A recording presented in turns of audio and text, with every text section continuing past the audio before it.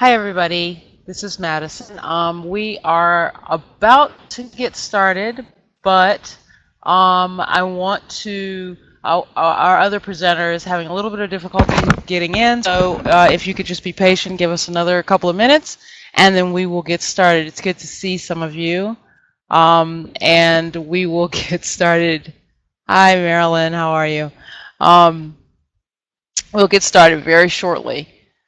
We're just going to have a brief presentation with some, hopefully, information that's really useful to you, and then give you opportunity to ask any questions that you might have. Hi, Marilyn.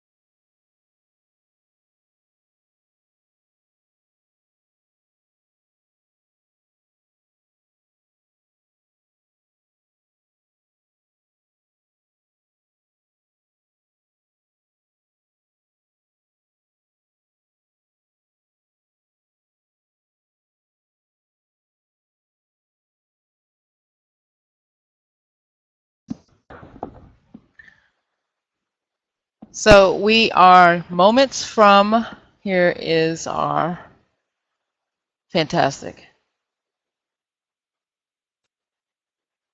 Hello? Can you all hear me? Oh, good. Good, good, good. Wonderful. And let me just do this. Okay, my conference pin has been accepted. I feel validated as a human being. Okay. All right. Welcome, Tony. Can you all hear Tony as well? Yay. All right. Fantastic. Thank you so much for your patience. I think we're ready to get started. The irony is I used to run technology for Hill and Knowlton in Tampa. I can never get technology. Okay, well, I'm really happy that you guys are here. So I'm not going to delay any further. If everyone's ready, we'll just go ahead and get started. I want to thank you guys for taking the time to come to this training tonight. I want to thank Sarah at the Secular Coalition for putting this together.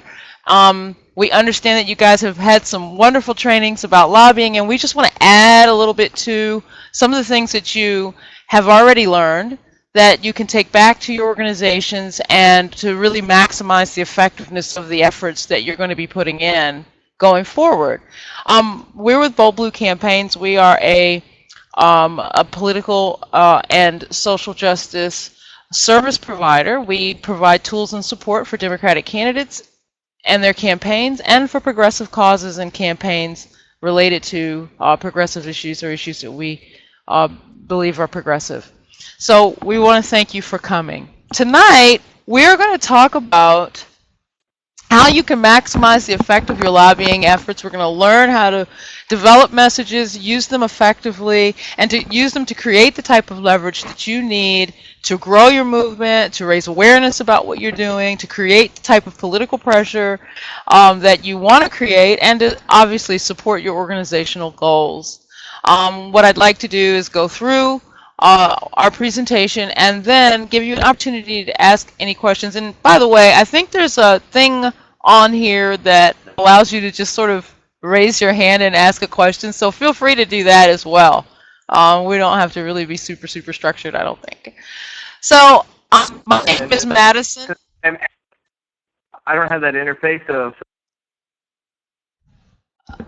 Okay. Are you there? Oh, good. Yeah, I'm here. I'm just saying I don't have that interface on the computer, so if somebody raises their hand and I'm talking through it, shut me up, please. Okay. Okay. Oh, they don't see any. Okay, so yeah, Sarah just turned on the controls, so there should be some controls there. So if you see them and you want to use them, that's fine. If you prefer to use chat, that's cool too. We're doing all of that.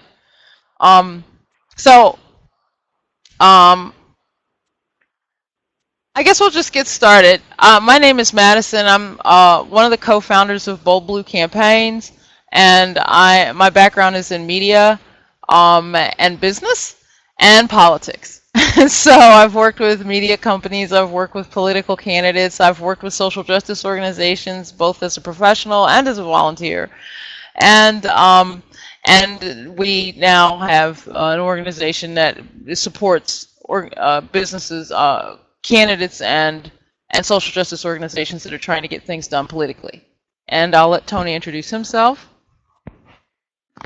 My name's Tony. I am a 35-year veteran of the media. I spent 10 years as a journalist, covering many of the kinds of meetings that we're going to be talking about today. I've worked with consumer brands like IBM, Sony, AOL, Microsoft, as well as consumer product companies. I have worked with political candidates in the past, and I am a speechwriter, a ghoster for a number of figures in Florida politics. No Republicans. Cool. So we're going to go ahead and get started. The first thing I want to talk about before we even say anything about specific methodologies is preparation. I know that a lot of times people think that what they see in the media and how organizations grow is sort of like up to chance. But really, what you see is really no different than what you would in a political campaign. Preparation is everything. So what we want to first do before we do anything is to figure out what does that even mean. Okay, so the first thing you want to do is you want to figure out what your organizational goals are. You're going to have multiple types of interactions. And we're going to get a little bit more into this as we go forward, but you're going to have interactions with different types of people. You're going to have interactions in different environments. You're going to have interactions with specific that are in specific locations or event-specific interactions, it's very important for you to be very clear about what your goals are, not just broadly as an organization, but also going into each interaction. There's some planning that needs to be done. So if you know you're going to a city council meeting, you need to know what you want to accomplish at that city council meeting, your goal for that particular interaction broadly. If you're going to meet with a legislator, you need to have, and we'll get into a little bit more detail about this momentarily, but you need to have some specific goals for that particular interaction. So first, make sure you understand what your organizational goals are for each interaction, and you can actually mark these down. And this will be sort of an outline that grows with time. The next thing you want to do is you want to coordinate your messages. Every person in your organization, if you can have a meeting once a month or once a quarter to talk about the messages that you have, and to practice them. In politics, we call it role-playing, right? So we get together and we do role-plays for canvassing, we do role-plays for phone banking, we do role-plays for all kinds of scenarios in political campaigns. But this is really no different. You want every person who's actively involved in your advocacy to be comfortable with and aware of the messages, what type of messages and tone of messages should be delivered, and to whom and under what circumstances. Whatever the interaction is, everybody should be on that same page. So if you're going to a city council meeting and there's 10 of you there, there should be a meeting ahead of that to coordinate. So everybody's on the same page and everybody knows what's going on. And there's some other things that we're going to talk about coming up, but that at a very minimum is what you need to do, and practice it so that it's automatic, that nobody has to really think really hard about what they're supposed to be saying. It's almost automatic. The next thing that you should be thinking about I'm sorry, go ahead. I was just going to say, and that's basically right out of the Socratic method, know thyself. Before you go into a situation in which you're interacting with people, politicians, the media, what have you, know what you're doing, what your message is, why you're there, and what your goal is for that interaction, and then be focused on it. Don't go in there and just wing it, because that never turns out well. Never turns out well. Exactly. The next thing that you want to do when you're talking about preparation and planning is understanding the dynamic for every interaction. So the dynamic, for example, for a city council meeting, what are the dynamics that are happening in that room? Are there other groups that are going to be there? Is your group going to be there? Who are the people who will be listening to you? What are the dynamics of that interaction? If you're meeting with an individual, a legislator or a politician or someone who's running for office, or a person that's also in advocacy. Sorry, that's my phone. You want to make sure that you have a complete understanding of the broad dynamics and also the individual dynamics, the people that are involved there. If there are people in your community that and you're going to a city council meeting and there's people in the community that you know are going to be there that are oppositional to your message, you need to know that.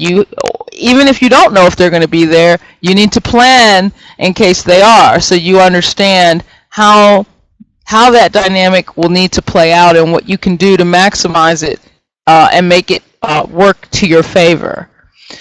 And then I want to say the last thing that I would say for preparation and planning is to understand and use your social and political leverage in your messages. So every message, and we're going to talk about message development, but every message should be crafted in such a way from data and from knowledge. So if you have, a large portion of your community that understands what you are doing and agrees with what you're doing, use that. That's social political leverage, social and political leverage for you. Take advantage of it. So this preparation and planning is not just about the actual meeting or event or communication. This is about things that you are already doing in your community that will help you to build that kind of leverage. If you're talking to an elected official, understand what that person's position is politically. Are they up for re-election pretty anytime soon? Do they have political opponents? Where are they getting their money from? What kind of pressures do they have for and against them? And how can you create a message that will leverage what you know about that individual? The more you know, the more powerfully you can craft your messages and your communications when you're dealing with people on the individual level and in a larger, broader sense. And add a measure of granularity to that before we move on to the preparation stage. Research is critically important, and most of your major political operatives are going to be able to pull the information that Madison just ticked off, just off the top of their head. Not all of your members, not all of the people that are in your downline are going to have that kind of knowledge. At the very most basic, know exactly who's on the council, who's on the commission, who's on the board that you're going to be appearing before. Know their names, know how to pronounce their names, know what they've been voting on with regards to your issue as well as other issues. Read the coverage, do your Google searches, read the coverage of the last 4 or 5 meetings and see what the sentiment is. What have they been spending most of their time on? Is it your issue or is it another issue? These are critical things to know before you walk in the room, and also to communicate in certain surreptitious ways so that they know that you know what's going on. Absolutely. So there's a variety of things that you know. So you want to collect, and you should put these together in a dossier for your members, and it should be accessible. And they should know that they can go there and access this information at any time. And if there's going to be addendums and things that you're going to change or alter as things move along. But we want everyone in your organization to have this information so that they can all be on the same page. I know that we're all familiar with political organizations that the talking points are always there, and they always have the same thing to say, and the words always seem. That's not a mistake, and there's a reason it's effective. And talking. They have the talking points memo. Well, this is sort of that sort of same thing. You can have your very own talking points memo for your organization that is current. You can keep information about your elected officials, what the deal is with them, so that anyone can look that up as rapidly as possible, and to make sure that everyone in your organization is prepared. So that's a little bit about preparation, and I realize that it may be a little bit ambiguous at this point because we're going to get into a little bit more specificity when we're talking about preparing for what now? We got this broad idea about preparing for everything, but now what are we preparing for? And Tony's going to talk about message and tone and some key audiences that you need to be thinking about when you are making preparations. And thank you for the vocal cue since I can't see the readout. Thank you.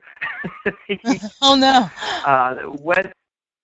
When we're preparing, of course, the first thing in any communication, mass communication or interpersonal communication, is we always, whether we do it consciously or subconsciously, we tailor our message for that audience. And the audiences that we're going to be talking about today are 5 basic constituencies. One are friendly audiences, legislators that you might be addressing in a public forum or in a private meeting, who are more or less on your side. Then there are folks who are not on your side, who are on the opposite side of the issue. Then there are very few, barely 5 to 10% of the people that you might be approaching are on the bubble. They're on the fence. They're not sure what to think. They're looking for knowledge. They're looking for substance. They're looking for data. The fourth audience, which is a critical audience because it's the audience by which you reach the rest of the voters, is media. Because in many cases they will be attending the same meetings that you're attending. And finally, your social media downline. That's the fifth audience that you want to be concerned with, because these are the people that you don't know. And hopefully you're going to be able to use that social media downline to bring more people into the fold. So let's just start there with the first audience. The easiest audience to deal with, of course, is the friendly audience. You don't necessarily have to convince them of anything. But the key thing that you want to be able to do to get on the radar and stay on their radar is you need to be able to help them do their job. If they're on your side of the issue already, help them. Provide them data that they may not have. Provide them information, anecdotal and empirical, that they may not have access to or don't have time to have access to.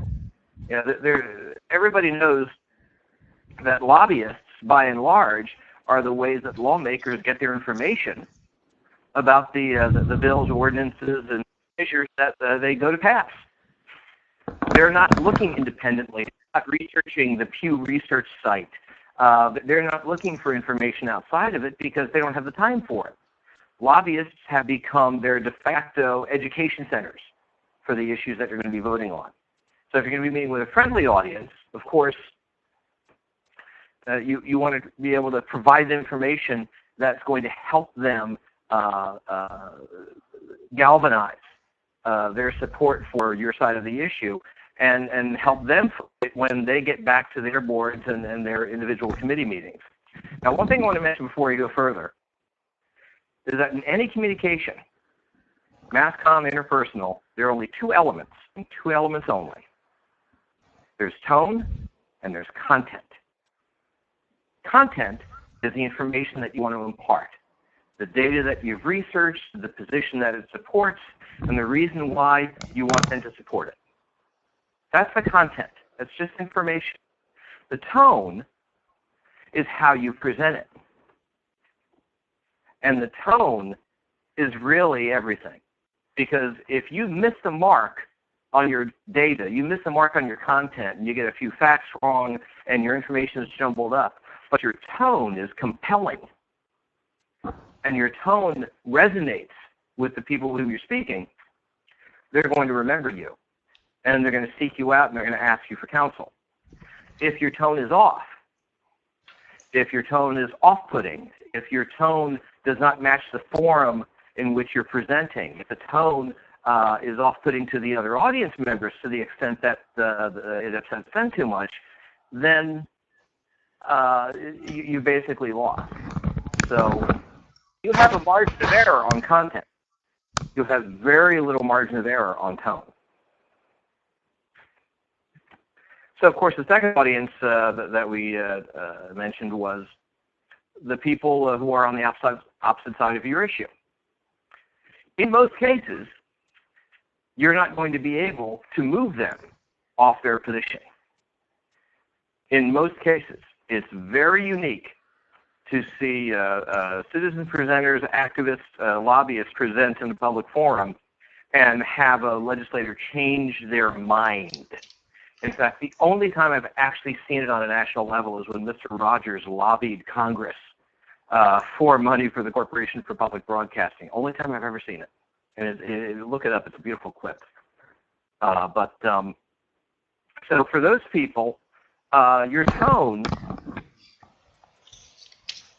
you can use the combative tone if you wish, because the media will likely be there, and the media thrives on what? Conflict. So that's a tone that's not going to be useful in convincing anyone who's already on the opposite side of the issue to come to your side, but it is a tone that's effective with the other audiences that are in the room. You can be friendly. You could be funny. You could be congenial. It's still not going to convince the people on the other side, but they may be inclined to talk to you further about the issue. But it's not terribly likely. So when you're dealing with people in a public forum that are opposed to your point of view, you have a wider level of choices, because you're really going to determine your tone with that individual based on the other people who are in the room, because you're not going to really have that much success in pulling them over to your side. Now you have people who are on the fence.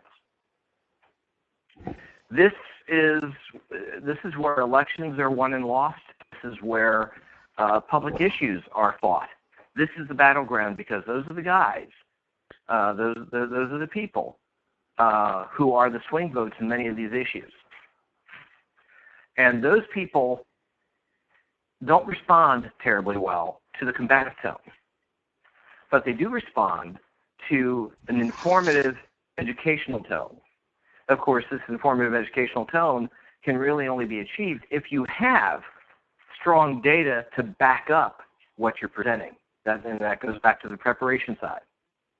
So if you're going to take that informational educational tone, you've got to know what you're talking about cold, down, pat. And that's where preparation helps you with that particular tone. I would like to add something.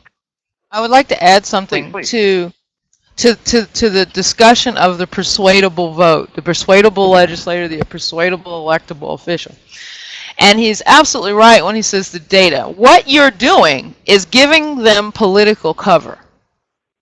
It is, and there are lots of ways to give people political cover, right?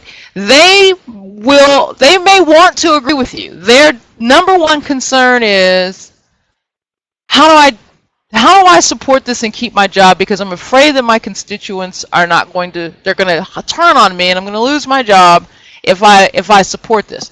So understanding that there are ways for you to create leverage on the one hand and political cover on the other. So the data, you may actually go and do surveys within that person's district ahead of time.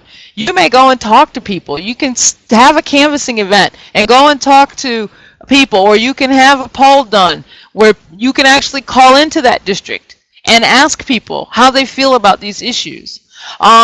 You can present that to them along with other data that's specific to them, not just broad data, but data that's specific to them that says, how do I support you and keep my job? That's the question you want to answer.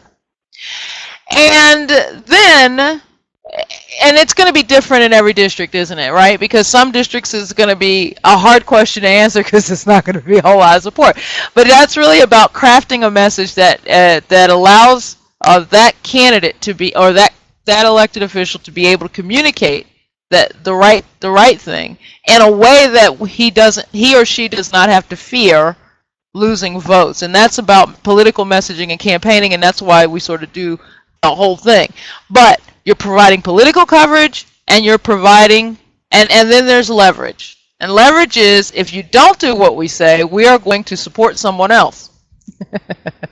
That's one form of leverage. It's a pretty important form of leverage, but that's also an important form of leverage. So if you know somebody who's thinking of running for that seat, and that's a strong person, and they looking like they might have a strong, they might put up a strong challenge, and you think that person could be strengthened by support, that is a type of political leverage too. So you always want to be, when you're talking about persuadables, you always want to be thinking about providing political cover for them. How can they support you and not lose their job?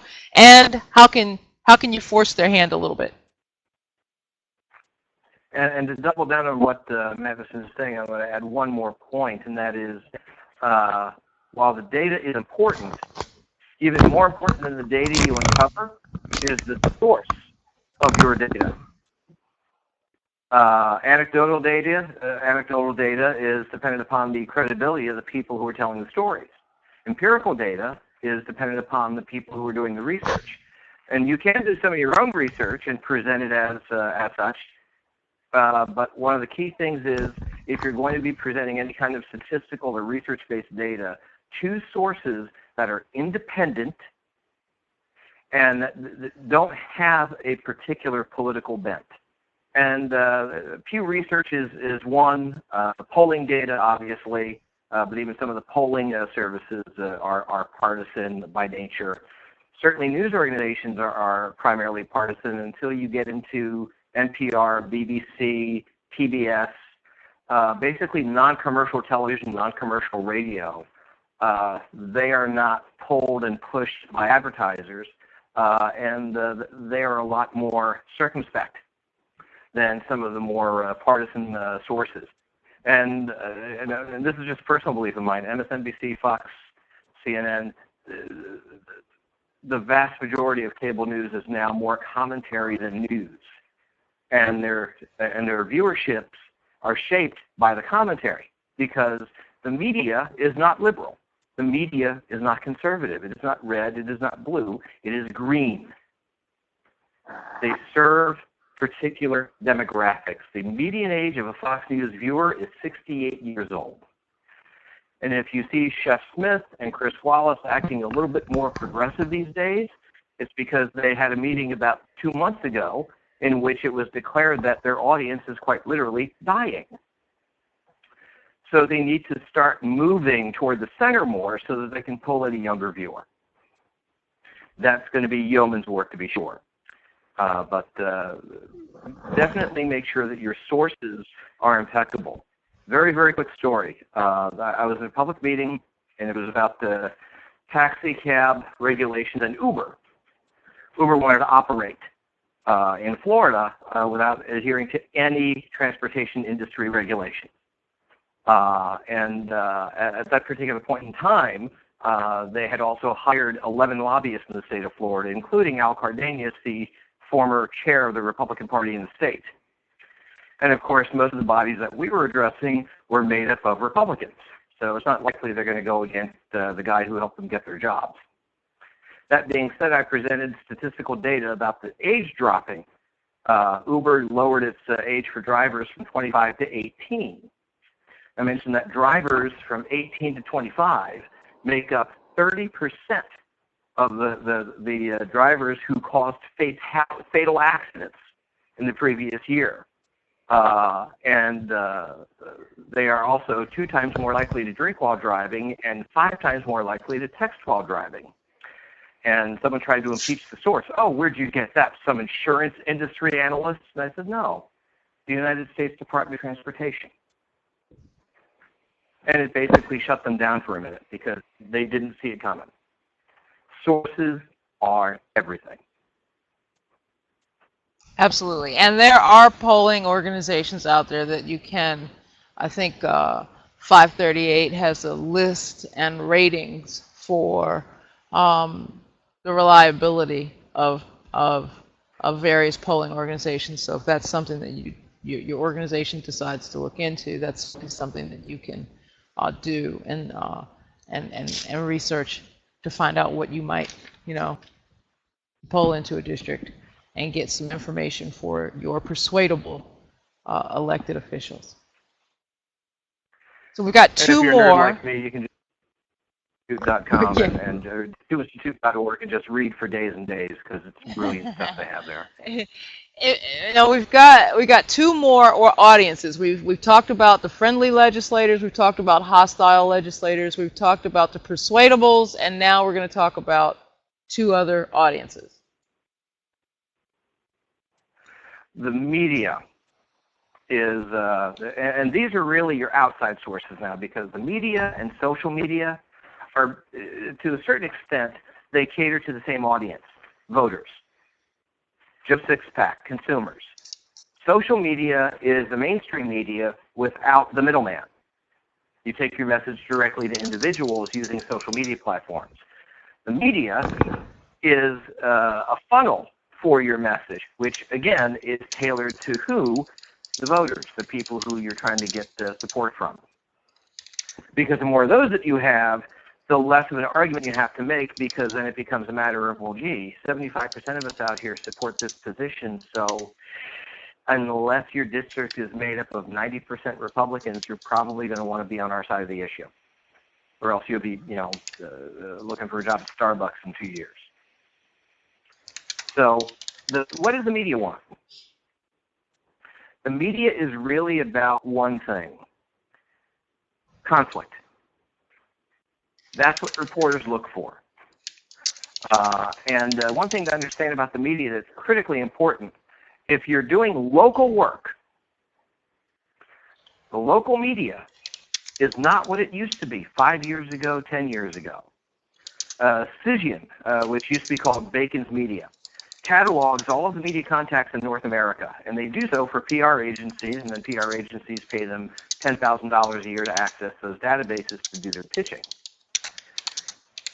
10 years ago, there were roughly 575,000 media contacts in North America, US and Canada.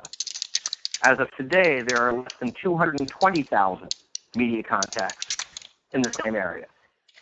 We have lost more than 50% of the number of media people in the country. At the same time, media has exploded.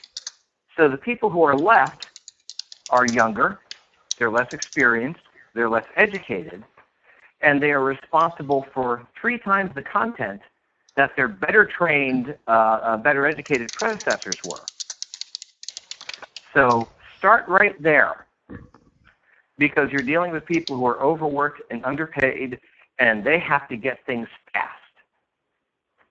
So we'll start there. Any meeting you go to, any presentation you're going to make, any data you're going to present, have a written, printed out dossier of all of that data. In fact, have multiple copies in your case, because if the media covering that meeting wants to ask you a couple of questions about the data you've presented or what your position is, you can literally hand them a written reference pack. And one of the tricks that I use, I also buy those cheap disposable thumb drives that only have 20 or 30 megs on them. They're enough to fit documents. Because one of the things that the reporter is going to ask you if you hand them a dossier, do you have that electronically? So if you're able to hand it to them on a thumb drive in an electronic universal format like PDF, that will make their day, because you just made their job 100 times easier. Now they don't have to go back to the newsroom and get a half a dozen websites and find the research that you presented. Now they have it in their hand, and they can take it back, copy, paste, done. But if they're looking for conflict, and I'm assuming that most of the meetings you're going to be going to, you're going to be facing opposition. It's not that great a use of your time to go to meetings where everybody's on the same page. Use your time wisely to present the conflicts, but also to present something that neither the people on the board or the media may have heard yet or may know about yet. That's why I go back to research and data. Because if you want to make your mark, you want people to, as they're listening to you speak, you want them to say, oh, I didn't know that. I didn't know that piece of information. I hadn't heard that before. Where'd that come from? Oh, that's from Pew. Oh, that's from Gallup. I've never heard that before. That's the kind of reaction that you want to get, because that gets their attention, and then it's up to you to hold it. So when it comes to the media, they're looking for something else that they're looking for on a regular basis is the ability to localize a national story. So before you go to your meetings, check the news cycle for the previous couple of days. What's the big national story? What's the thing that everybody's covering on cable news this week? If there's anything that links your issue and your presentation to the national story, that's huge for local media. Because most local newscasts still start out with local coverage of the top 2 or 3 national stories. Trump announced his Muslim ban today, and we're here at the local Center of Care to talk to some Muslim leaders about their response to it. They're not quoting someone from the national office. They want someone from their local community, people who others in their community would know and recognize. So you want to become that person. You want to become that expert, because real success in the local media comes when you are interesting enough as a speaker and informational enough as a source that instead of you having to call them all the time to tell them where you're going to be, they start calling you and asking you for your help on their stories. That's how you know you've won.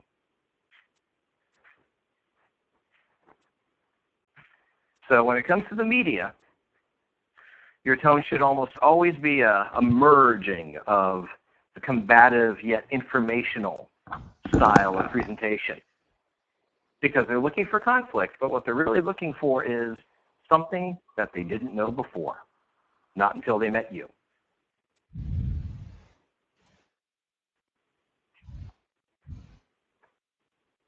I was going to say any questions, but I have no way of knowing if you have any or not. We'll go back David to said, the, David says the word atheist pretty much does it. That's true. That gets people dander up pretty big all right. in a lot of communities across the country. Mm-hmm. True enough. True enough. So, so social media. Now that's your fifth constituency. Now social media is really less a constituency than it is a platform to reach your constituency. But there are a few things that are very, very important to understand and realize about it, because the most common mistakes that I see in social media, and I see them in 90% of the places I go, is there is a mistaken idea that, oh, well, a tweet is only 100 and change in characters. And Facebook status posts are also kind of short. So because they're short, we don't have to put too much attention to detail into what we post. We just need to bang out a couple of sentences or a couple of lines, and we're good. And nothing could be further from the truth. Number one, social media has a culture. And it is a non-commercial, non-marketing culture. People don't go on social media so that they can be marketed to, be sold, be proselytized to, neither religiously nor politically. Now, a lot of people use social media to comment on social issues and political issues. And there is a small swath of the social media audience that does just that, and they read and they look for discussions and they look for threads and they debate. But the shelf life for those people is very thin, because after about a year to 18 months, they start losing interest. I've actually seen some of the more political people that I know on the national stage actually just leave Facebook because they're just tired of it. And then every so often you see headlines of somebody important quitting Twitter because they're tired of it. So you want to be non-commercial, but at the same time, you want to get some knowledge. You want to spread some knowledge. You want to get people to understand how some of these issues affect them. And now we go back to tone. If your tone is, this is wrong and you should be, and this is the way you should think, then you're probably going to turn off the vast majority of the people who aren't already on your side. If your tone is more educational, more informational, less combative, and more supportive, then you're going to see a lot more warmer water. And the height of social media acumen is really having a good meme game, being able to be entertaining while still being informational. We can point back to 3 years ago when Bernie Sanders and Elizabeth Warren started their meme foo in unique and different ways, and put a professional sheen on political social media. And it led to his popularity and his candidacy. And he still uses it today. And he posts on social media on a regular basis. If you want to look at Bernie Sanders' tone, you're looking at a tone of information and authenticity. So when you're out on social media, agonize over that 150 characters. Agonize over them, because having made my living primarily as a writer for 30-some-odd years, writing the short stuff is 100 times more difficult than writing the long pieces. I would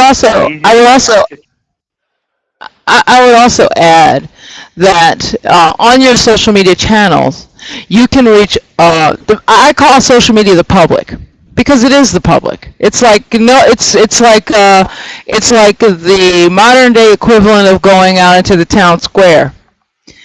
The beautiful thing about social media is that you can target different audiences even within a social media environment.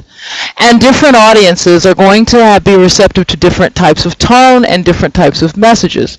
So, people are emotional, and all people are emotional. And your people who support you, depending on what your goals are, and here we are going all the way back to the very beginning, we're saying make sure you understand what your goals are, not just organizationally on a broad level, but also for every interaction. So you're going to go on your social media channel, and you're going to say, this particular thing we want to do, we want to increase our list.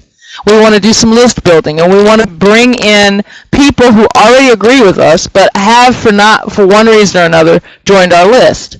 You can target those types of people, particularly on platforms like Facebook, and that message, whether it's a video from the last meeting or a photo from the last meeting with some clever words on it, or it can be you can create a message in a tone that you know will appeal to those people, and it can be something you always, for those types of folks, you always want to focus on what do you believe and how can we act together. You want to tap into their deep belief systems and cause them to join you in accomplishing whatever it is that the goal is that you've set, whether it's list building or coming to a meeting or attending a protest or a rally or whatever it is that the goal is for that meeting. You can take the same media, perhaps, and use it. Oh, you're not hearing me? Not hearing me? Uh-oh. Okay. Oh, okay.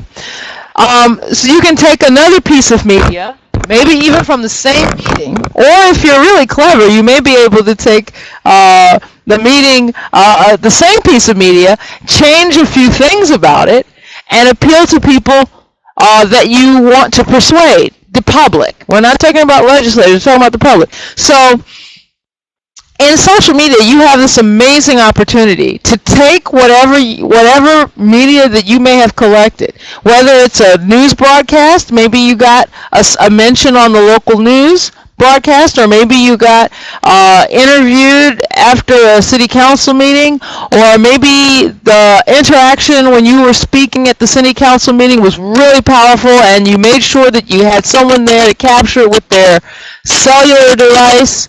And you can take that clip, 20 seconds, 30 seconds, and you can bang it out on social media and use it to extend and expand the impact of what you've done. So social media has a tremendously powerful potential for you, and make sure, but you just, again, want to make sure that you understand your goals for each interaction, and that your message and your tone is crafted specifically for that purpose, right? David, are you able to hear me now or no? Okay, good. Okay. I was a little worried there. I wasn't sure if it was my headphones or what. Okay, great. And one quick thing to add to that is that roughly 28% of everything shared on social media is other media, news articles, TV news coverage, YouTube videos. It's other people's media that are shared. And I'll use the same caution that we used when we were talking about the sources for your presentations. The sources of those media links are critical, because if you're constantly quoting from websites that are clearly liberal or progressive commentary sites and not news sites, it's very easy for people to take issue with the sources. But if you stick with sources that are more independent, that are presenting information and not opinions, you're going to be in much warmer water. Now, I did want to address one last thing, and this is the elephant in the room, because the social media is also known as the public. Vox Populi, Vox Dei, the voice of the people is the voice of God. There's also another name in the media that we use for the internet. It's called the home of the unwashed masses. It is that box of chocolates that some had, because you never know what you're going to get. So what happens when you get that contentious individual who is absolutely opposed to everything that you would give your last drop of blood to fight for. And they have no data, no information, anything. They just keep coming at you with ridiculous conspiracy theories or biased sources or things that are just wrong. Do you engage them? And if you engage them, how do you engage them? Sorry. Maintaining a social media account, a lot of organizations will basically hire college kids for $8 an hour to monitor their social media presence. That's like giving a child a match and leading him to the ammo dump. You want to put a professional face on your social media, which means you want to have someone who's reasonably intelligent and articulate running that presence. And when those people pop up on your threads, the best thing that you can do is engage them as if you are simply trying to find out what it is they believe and why they believe it. Don't challenge them. Ask them questions. You said such and such. Why do you believe that? What makes you say that? They'll come back with some data, or they'll come back with a personal experience. Constantly engage them by asking them questions. And then when they provide you false data, provide them with proper data. They will either accept it or they won't. Either way, no one can take issue with how you're conducting yourself. You always want to take the high road in those discussions. And you want to treat everyone, even the people who disagree with you vehemently, with respect and courtesy. So we have a question. Marilyn says, on Facebook, etc., are you talking about putting these messages on your page? Pretty much people who agree with you and read your page, or buying ad space. We're talking about both, right? So if you, for example, went to a city council meeting where they were trying to determine an issue, let's talk about something that has been, people have talked about, whether or not they should open a meeting with prayer and how to deal with that, right? So some jurisdictions have sort of decided that they're going to open it up to various different religious and non-religious traditions, and others have sort of tried to let the whole thing go. So let's say there was an open meeting about this, and there was some commentary, and you had your team together, you practiced what you were going to say, you had your position ready, you knew what you were going to say when there was opposition, you had someone there ready to several people that were on your team, ready to record with their mobile devices, you were ready to go, and you captured a beautiful piece of footage where somebody said something golden, and it's just perfect for what you need as an organization. You want to raise awareness about this in the community. So you could go to your Facebook page, and you could say, hey, listen, we had a great victory. Take a look at this clip. Very easy to be able to take a clip off of your cell phone and load it directly to Facebook. And I will say this, you want to load, whenever you put video on Facebook, you want to make it native to Facebook. You do not want your video to be a YouTube link. You can add your video to YouTube because it's always good to have your video on YouTube. But when you put it on Facebook, you always want to load your video directly from whatever your device is directly into the Facebook platform, so it's native to Facebook, because Facebook's algorithms preference native video. If you put it in as a YouTube video, nobody's going to see it. It's just not, Facebook's algorithms is not going to preference it.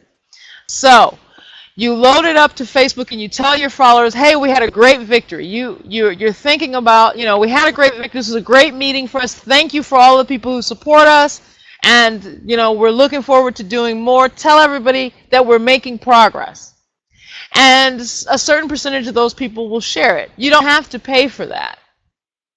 If you decide you want to boost that post, or you want to pay for an ad, you can do something as simple as you can broadcast it to people in a geographic region if that's what your goal is. Again, we're going back to what the goal is. You can also say, well, I want to just reach friends of fans. We have, 3,000 fans. I want to reach people who are friends of my existing fans. And you can reach just those people. You do not have to spend $1,000 or $500. You can start with very, very small, ad buys if that's something that you decide you want to do. You want to do it based upon what your goals are. Like if you decide you're trying to list build, or if you just want to raise awareness, or whatever the goal happens to be, you want to create your ad and target it to people who, if you have, for example, say you're in that same meeting and you were able to actually convince someone, that this is not a bad thing. Your message to that persuadable person was a little bit different than the message was to people who already agree. And somehow you were able to get that persuadable person, you know what? I'll give it some thought. That's good news too. And maybe you have it on video because you have your people and they're all there, and you've got a couple people who've agreed to make sure that they're collecting this on their cell phone. Then you can upload that and target it to a different set of people. People that you think may have a propensity to agree with your goal, that specific goal that you're trying to accomplish. You can do it geographically, or you can do it, based on any number of other parameters. Facebook knows everything about everybody. So it's quite simple to go in and sort of filter people out based upon the type of people that you want to reach. As far as not knowing how to do it, there are plenty of online sources to sort of help you with that, and we certainly do that as well for organizations and candidates too. And I think more to the point of the question, when you post something on your Facebook page, yes, you can target friends of friends, friends of fans in your boost posting, but also it somewhat organically reaches those people because you're not just going to be sharing it among people who already think like you do. You're going to be sharing it with their friends as well, and the more comments and shares you get, the more that reach expands. Right. It's really important to pay attention to your insights. On Facebook, for example, they will give you insights and let you see who's looking at your ad, not the individual people, but the demographics and the psychographics of people who are actually sharing your, how many are women, how many are men, how many, you can get all sorts of insights about it. You can see which ads are more successful and which ones are less successful, and which posts, not just the ads, but also which posts are more or less successful. I would also suggest that one of the strategies that you can use in terms of social media reach is to see what other posts are popular, what other topics are people already sharing, are already interested in, what are they already interested in, and to see if there's a way. This is very similar to what Tony was saying about localizing national issues. Well, on social media, if you see that there are topics that people are sharing a lot of, if there's a way for you to tie that topic in with your topic, then that helps it to have a little bit of, that gives it a little bit of, it gives it a little bit of a boost. It may help you get a little bit more eyeballs to your post. Does that help a little bit, Marilyn?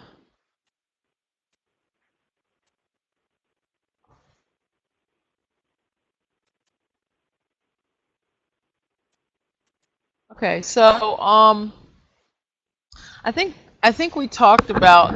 I just want to talk a little bit about video, pictures, and engagement a little bit more on social media. When you go to an event, or I wouldn't do this when you're meeting one-on-one with a legislator, obviously, but if you're going to a meeting or an event of some sort, part of your preparation process is you should probably create, a role as somebody to be the documentarian. And their job is to just make sure that they're collecting photos and videos. You might have one or two people for photos, or you might have one or two people for videos, and have them, collect this information. Now I'm going to just give you this because it's a little pet peeve of mine. So if you could just indulge me for a minute.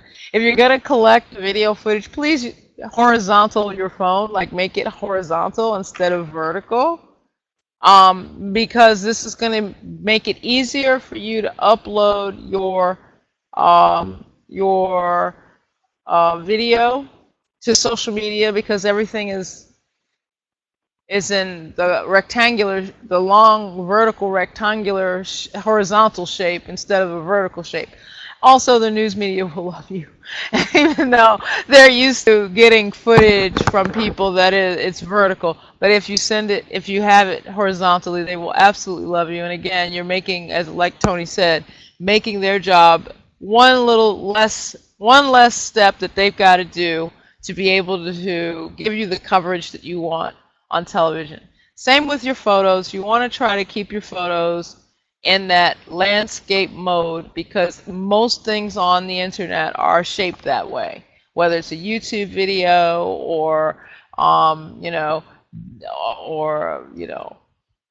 meme, there's certain sizes. The way that they're sized, you just want to sort of make sure that you're doing as much as you can to keep them in a format that makes it easier for you to not have to do a whole bunch of extra work.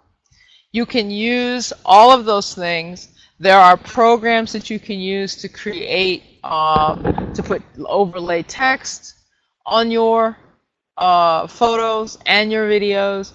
You can and again, you're talking. We talked about message. We talked about when you develop your message, you can have one picture that could be used for multiple audiences, depending upon what the message is that's attached to it. If you have text on top of it, or if you're saying something in that message, it could be used differently depending on what else is there. And then you want to monitor your engagement. When you put stuff on social media, you want to make sure that you're engaging with people. If people are talking to you, you want to talk back to them. And to a point, you can do that. Sometimes, once your page has 200,000 people and you're getting, hundreds of thousands of comments, it may become a little bit more difficult. But certainly, if your page is small and manageable, it's not difficult to at least go through and like people. Same thing on Twitter. If you can, engage people sometimes, that helps people to feel invested in what you're doing and more likely to share and to evangelize, essentially, for your cause. And while we're on the subject of video, let me make one quick commentary, and this backs us to the previous audience of media.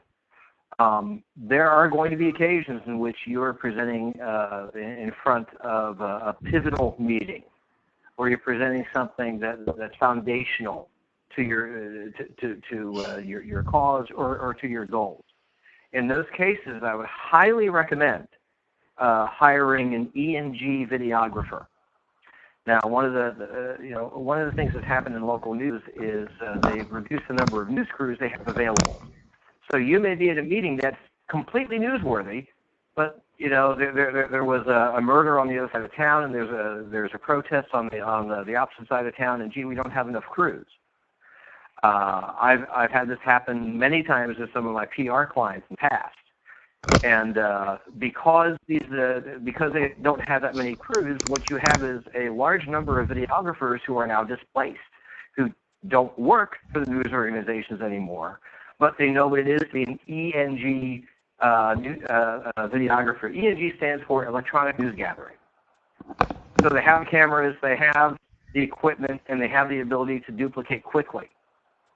So when you're at a meeting and you want to make sure that the media is there, of course you're going to pitch them a few days before and the morning of, and they're going to say, gee, we can't get someone there. Then you can say, hey, I've got an E&G crew coming today. If we take our raw footage, would you be interested in using that?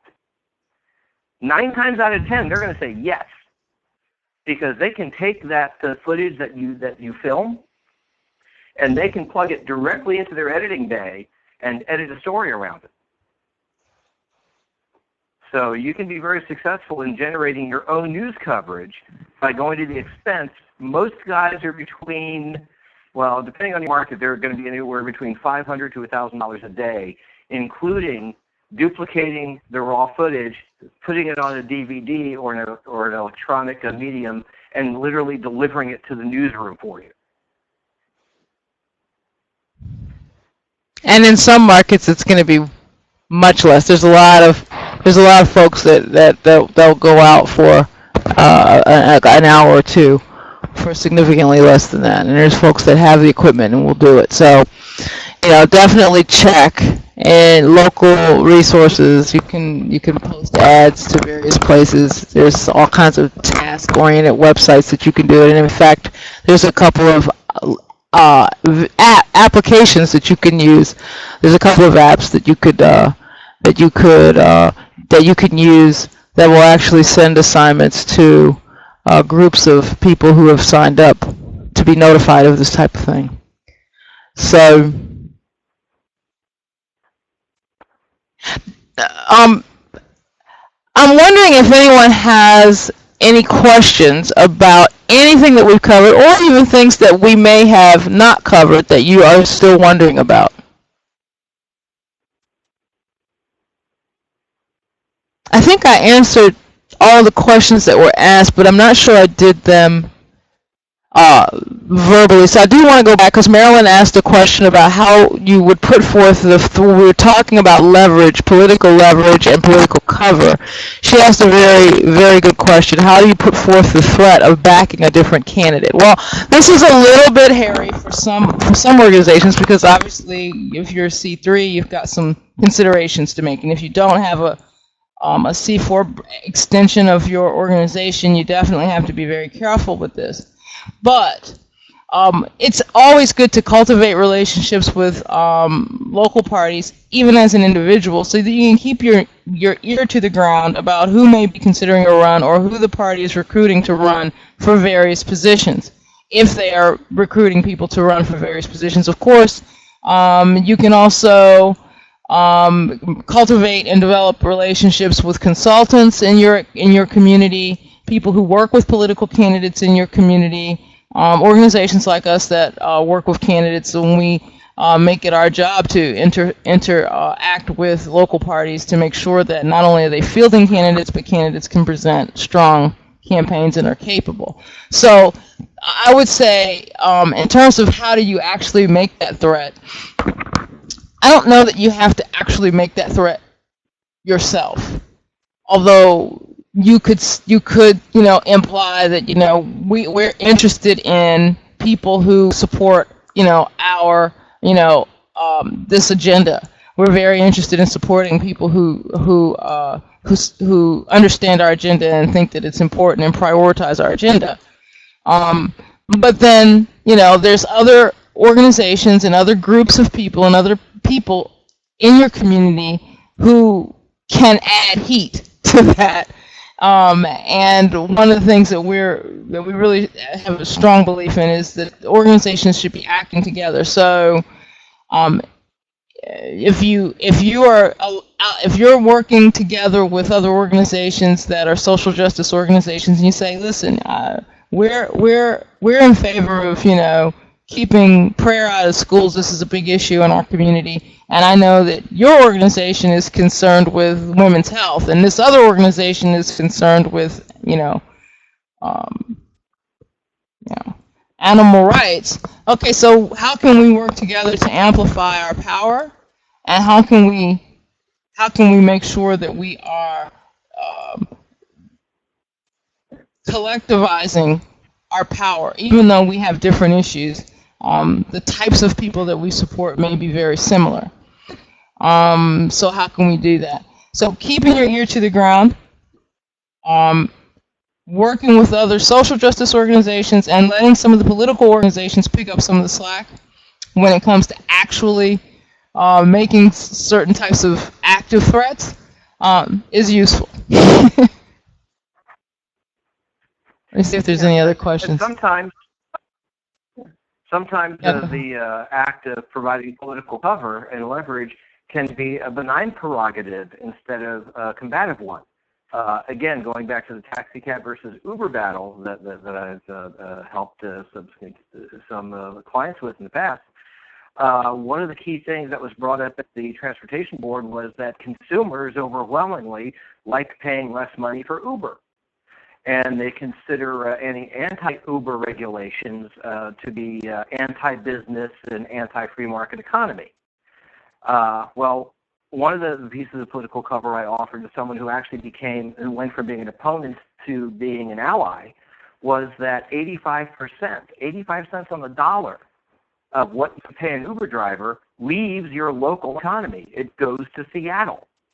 That's corporate money that leaves your state and doesn't come back.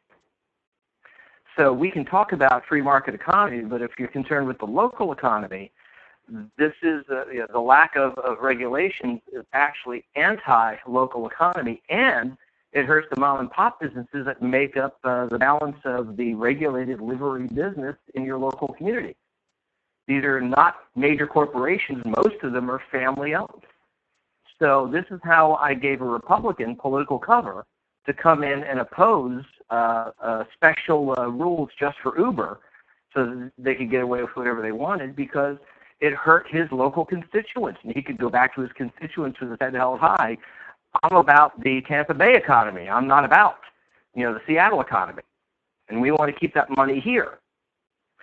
So political cover and leverage can take all sorts of forms. It really comes down to understanding intrinsically, and we cannot stress this enough, understanding intrinsically what the legislators, council people, whoever that you're going to be addressing care about.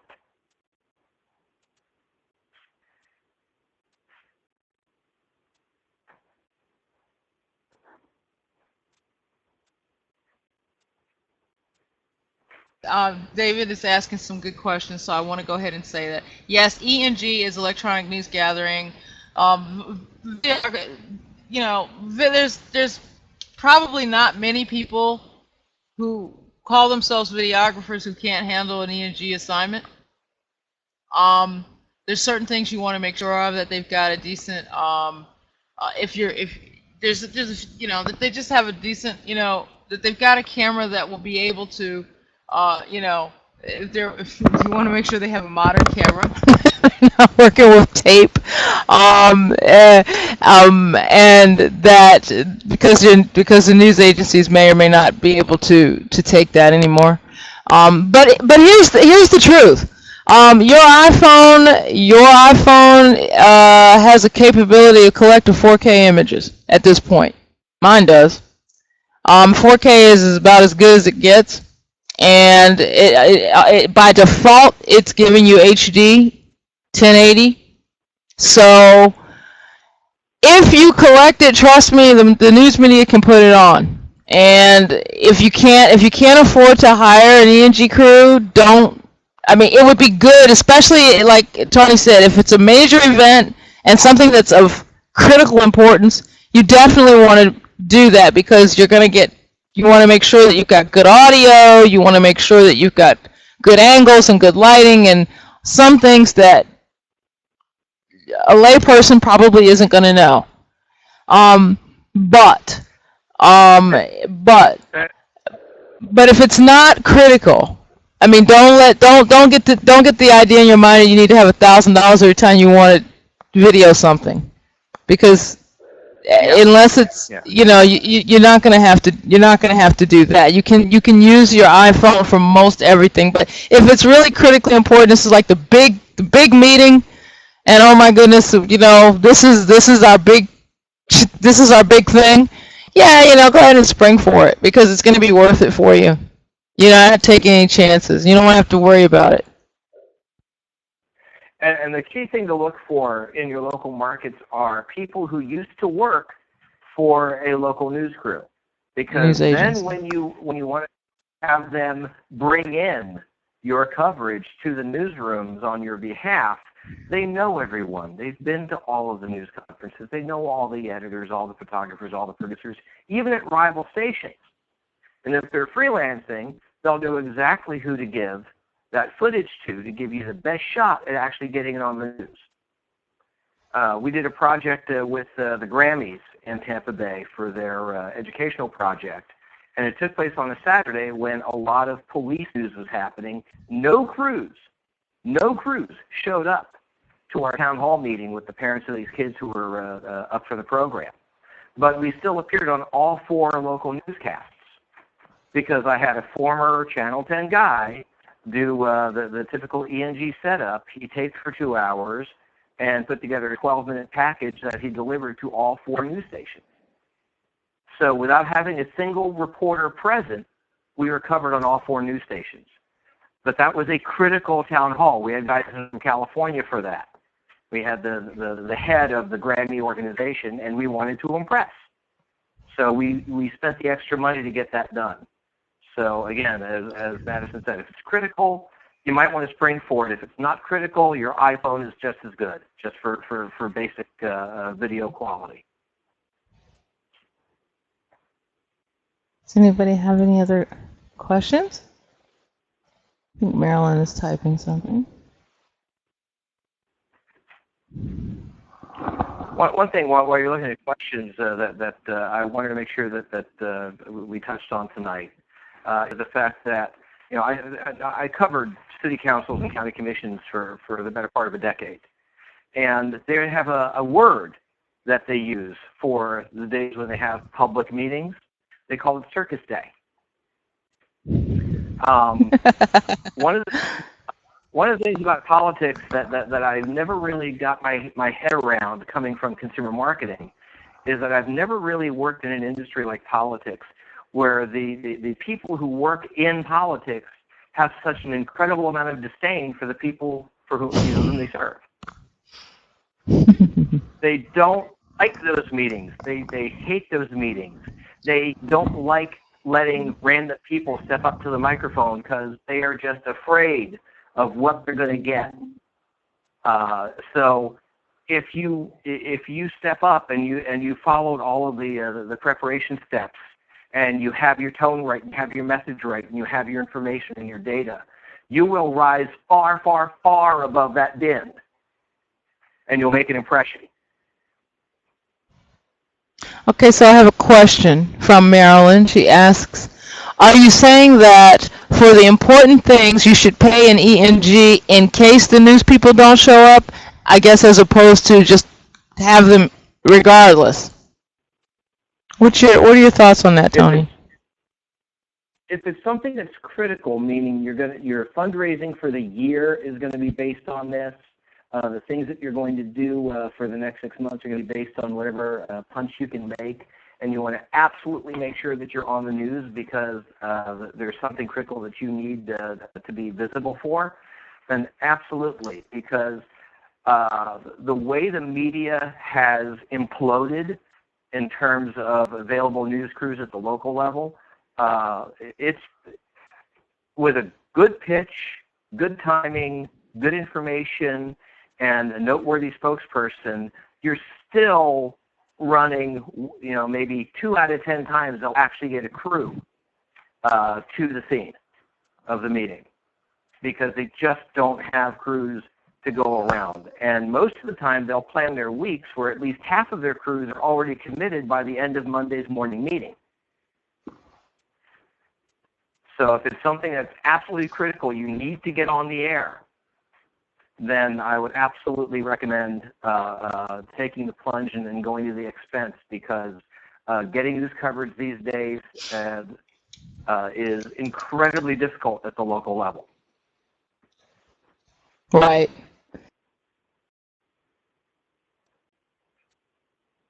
I would say that the answer would be yes. Hire them in case the news people don't show up, because they're probably not going to show up. They're probably not. I mean, assume that they're not going to show up and hire the person. Mm-hmm. And by the way, when you're at meetings, whether you're speaking at them or not, and you see news media there, engage them. Talk to them. Talk to the producer. Talk to the reporter if there's a reporter there. And just chat them up about the meeting. let them understand that you're there for the same thing, and that you know what's going on, and you might be able to help give them some insight. Which story are you covering today? Because they may not even be covering your agenda item. And after a quick conversation with you, they may decide, well, maybe I'll stick around and cover that too. I'm already here. That's really smart. David says he writes down the name of every journalist who ever covered us and their contact information. Mm-hmm. And not for nothing, if you do set up a meeting or you do set up a shoot where you know someone's going to be there, if they're a print reporter, read their last 10 articles. They're going to like knowing that you know what they write about. They're going to respect you more. They're going to listen to you more because you took the time to read what they wrote. Far too many times when I sat on that side of the desk in the news media, there's always this sense of, my God, is anybody reading this shit? Anybody out there? Does anybody care about me? Journalists are what I call identity jobs. Because it's not, oh, I work at the newspaper. It's, no, I'm a reporter.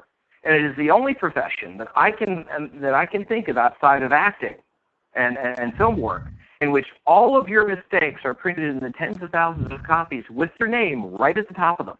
The byline.